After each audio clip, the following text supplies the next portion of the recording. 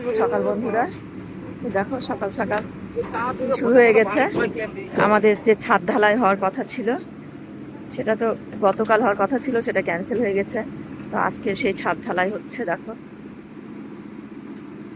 আজকে শুরু হয়ে গেছে ছাদ ঢালাই। ওখানে অল্প মশলা পড়েছে, এক কড়াই তোমাদের দাদা ভাই ঢেলে দিয়েছিল, তখন আমি নিচে ছিলাম জন্য ভিডিও করতে পারিনি। তো এখন এসছি, এখন নিচে এখানে অল্প দিয়েছে, কোন দিকে দেবে তো নিয়ে যাচ্ছে। দেখো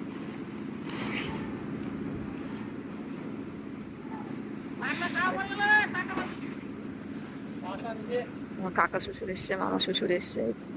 দেখো দুজনেই আছে, তোমাদের দাদা ভাইও আছে।